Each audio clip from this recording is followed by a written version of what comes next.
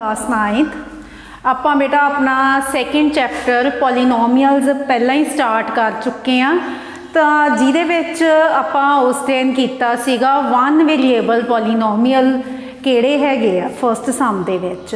तो एक बारी तुहानूं फेर दसदा कि पॉलीनोमियल की हुंदे आ। पॉलीनोमियल एलजेब्राइक एक्सप्रैशनस हुंदियां जिन्हां दी पावर ऑलवेज होल नंबरस हुंदे आ, पूर्ण संख्यावां हुंदियां जिन्हां दियां पावर्स ना तो वर्गमूल वाली पावर हुंदी आ ते ना ही माइनस वाली हुंदी आ पॉलीनोमियल दी। ठीक है, तो अज आपां गल करनी आ कोफिशिएंट्स दी जिन्हों असी पंजाबी च ना गुणांक कहने आ। तो कोफिशिएंट की हुंदे आ वो दस्सण तो पहलां मैं एक गल तुहानूं होर दस्सां कि जिहड़ी आ सानूं दित्ता गया 2x² x ये तीन टर्म्स तो मिल के एक पॉलीनोमियल बनिया। ठीक है, तो हुण गुणांक लिखण दे लई कोफिशिएंट लिखण दे लई पहलां ना सानूं टर्म्स की जानकारी होनी बहुत जरूरी आ। पंजाबी मीडियम दे विच टर्म्स नूं पद कहा जांदा। तो हुण असी जिवें आ साडा पहला पार्ट आ सानूं एक्सप्रैशन दित्ती भी आ पॉलीनोमियल दिता गया, असी इहदियां टर्म्स नूं ना अलग अलग कर लांगे। किवें करांगे?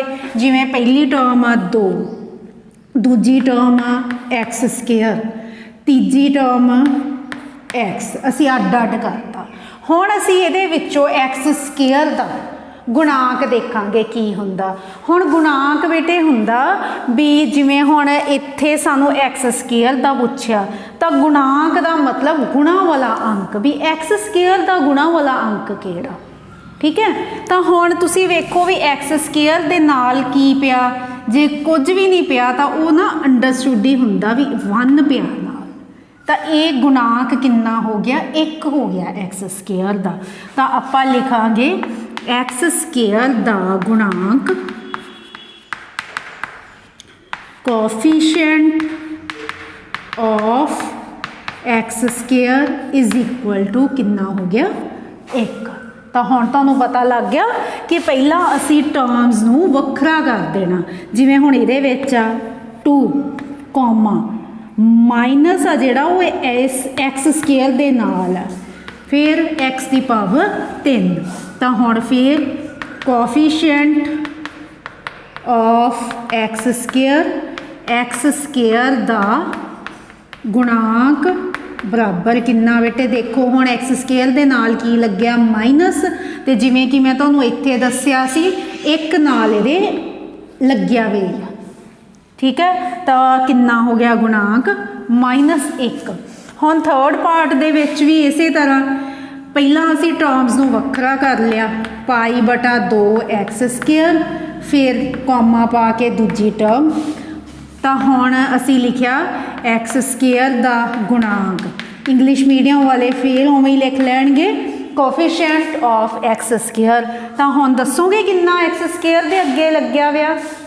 पता लगता होगा π/2। तो ये आ गया गुणांक। हुण इसे तरह फोर्थ पार्ट दे विच असी पहला टर्म्स नूं अलग कर लिया, ते हुण असी लिखना x² दा गुणांक। तो हुण कोई भी इत्थे x² तो है ही नहीं, टर्म है ही नहीं कोई x² वाली। तो बेटे जदों x² वाली कोई टर्म नहीं दिती भी तो गुणांक असी कितना लिख देना उहदा? 0। तो बहुत ही सौखा सीगा दूजा सम। चलो हुण आपां नैक्सट वेखदे हां, अगला सम करदे हां। तो क्वेश्चन नंबर 4 दी स्टेटमेंट वेखो की आ, write the degree of each polynomial. हरेक बहुपद की घात लिखो। तो घात या डिग्री ये जिहड़ा वर्ड आ तुसीं इहदे तो पहलां तो ही जाणो आ। घात किहनूं कहिंदे आ? पावर नूं कहिंदे आ। किसी भी समीकरण की जिहड़ी पावर हुंदी आ x दी पावर y या t दी पावर जिन्नी हुंदी आ ओह हुंदी आ उहदी घात।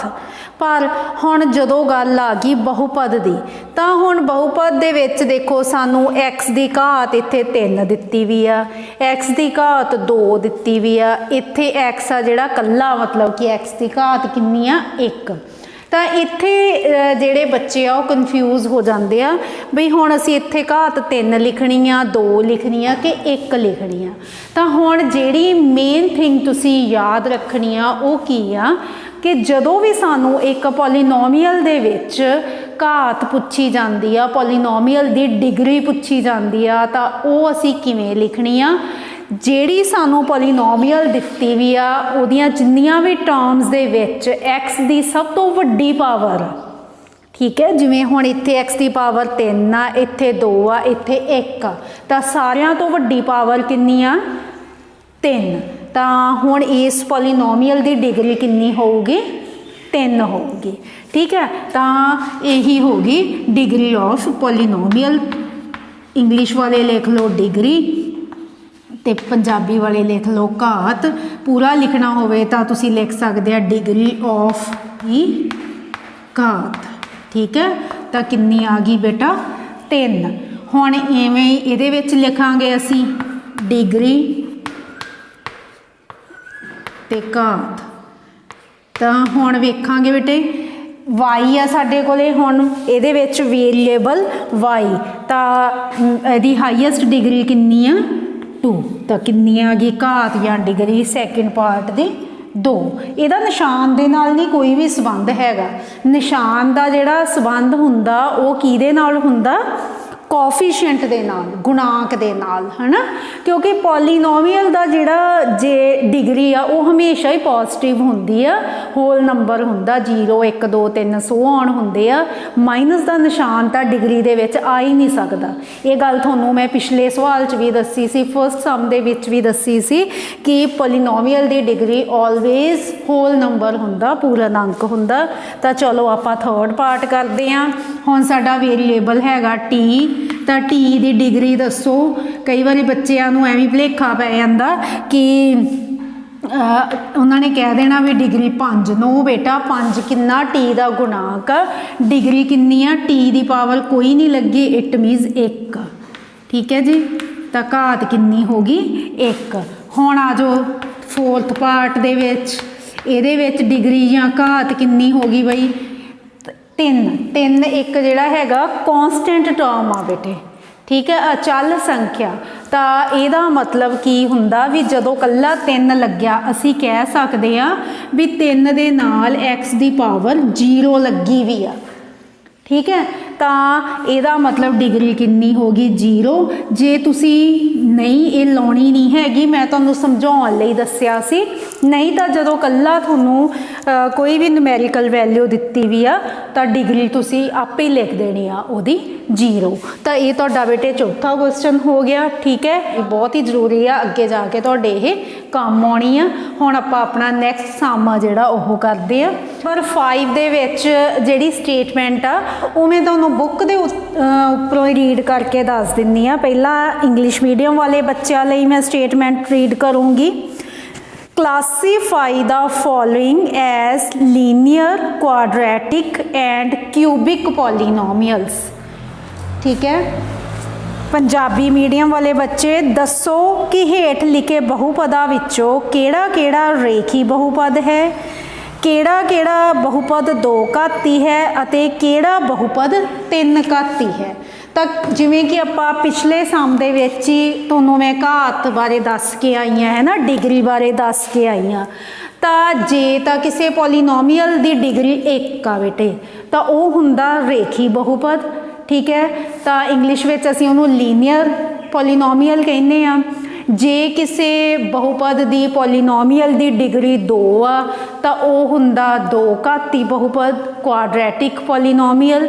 ਤੇ ਜੇ ਕਿਸੇ ਪੋਲੀਨੋਮੀਅਲ ਦੀ ਡਿਗਰੀ ਆ ਜਿਹੜੀ ਘਾਤ ਆ ਉਹ 3 ਆ ਤਾਂ ਉਹ ਹੁੰਦਾ ਕਿਊਬਿਕ ਪੋਲੀਨੋਮੀਅਲ ਤੇ ਪੰਜਾਬੀ ਵਿੱਚ 3 ਘਾਤੀ ਬਹੁਪਦ। ਤਾਂ ਸੌਖਾ ਹੀ ਆ। ਹੁਣ ਅਸੀਂ ਇਹਦੇ ਜਿਹੜੇ ਪਾਰਟਸ ਆ, ਫਸਟ ਪਾਰਟ ਦੇਖਦੇ ਆ। ਇਹਦੇ ਵਿੱਚ ਵੇਖੋ ਬੇਟਾ ਹਾਈਐਸਟ ਡਿਗਰੀ, ਸਭ ਤੋਂ ਵੱਡੀ ਡਿਗਰੀ ਕਿੰਨੀ ਆ, x ਸਕੁਏਅਰ ਜਮਾ x। ਤਾਂ ਸਭ ਤੋਂ ਵੱਡੀ ਡਿਗਰੀ ਕਿੰਨੀ ਹੋ ਗਈ, ਸਭ ਤੋਂ ਜ਼ਿਆਦਾ 2 ਹੋ ਗਈ। ਤਾਂ ਇਹਦਾ ਮਤਲਬ ਇਹ ਕੀ ਹੋ ਗਿਆ, ਕਿਹੜਾ ਬਹੁਪਦ ਹੋ ਗਿਆ 2 ਘਾਤੀ ਬਹੁਪਦ। ਤੇ ਜਿਹਨੂੰ ਅਸੀਂ ਇੰਗਲਿਸ਼ ਦੇ ਵਿੱਚ ਕੀ ਕਹਿਣਾ, ਕੁਆਡਰੈਟਿਕ ਪੋਲੀਨੋਮੀਅਲ। ਪੋਲੀਨੋਮੀਅਲ ਨੂੰ ਮੈਂ ਇੰਨਾ ਕੀ ਲਿਖ ਦਿੰਦੀ ਹਾਂ, ਬਾਅਦ 'ਚ ਆਪਾਂ ਡਾਟ ਪਾਤੀ। ठीक है, हुण इहदे विच देखो डिग्री कितनी आ 3, तो ये कितना हो गया, की हो गया 3 घाती बिग पॉलीनोमियल। ठीक है बेटा, फिर इहदे विच वेखो डिग्री कितनी होगी 2, तो ये फिर की हो गया 2 घाती क्वाड्रेटिक पॉलीनोमियल। ठीक है, हुण इहदे विच 1 प्लस एक्स की डिग्री कितनी होगी, एक्स की घात कितनी आ 1, तो ये हो गया रेखी बहुपद, लीनियर पॉलीनोमियल।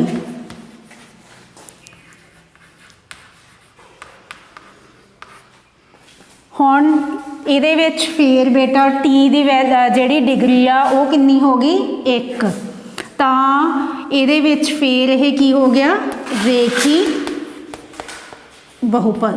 नेक्स्ट सम ਦੇ ਵਿੱਚ देखो r स्क्वायर, मतलब कि डिग्री कितनी होगी 2। ਤਾਂ ਹੁਣ ਜਦੋਂ ਆਪਾਂ ਗੱਲ ਪਹਿਲਾਂ ਵੀ ਕੀਤੀ ਸੀਗੀ ਪਹਿਲੇ ਸਵਾਲ 'ਚ भी 2 होवे जदों डिग्री, तो वो केड़ी हुंदी है 2 घाती बहुपद। इंग्लिश विच आपां उहनूं की लिखना क्वाड्रेटिक नोमियल। हुण आ गया बेटा अपना लास्ट पार्ट 7th पार्ट। इहदे विच वेखो एक्स की डिग्री कितनी होगी 3, तो जदों डिग्री 3 हुंदी आ तो वो किहड़ा हुंदा 3 घाती क्यूबिक पॉलीनोमियल। तो ये हो गया टाइप्स ऑफ पॉलीनोमियल। इन्हां नूं भी तुसी याद रखना, ये तुहाडे अगे जाके काम आउणगियां। तो इहदे नाल अपनी एक्सरसाइज 2.1 आ जिहड़ी वो कंप्लीट हो गई। तो इस एक्सरसाइज नूं तुसी अपनी फेयर नोटबुक ते नोट करके ते मैनूं इहदियां पिक्स आ जिहड़ियां ओह सेंड करनियां। थैंक यू बेटा।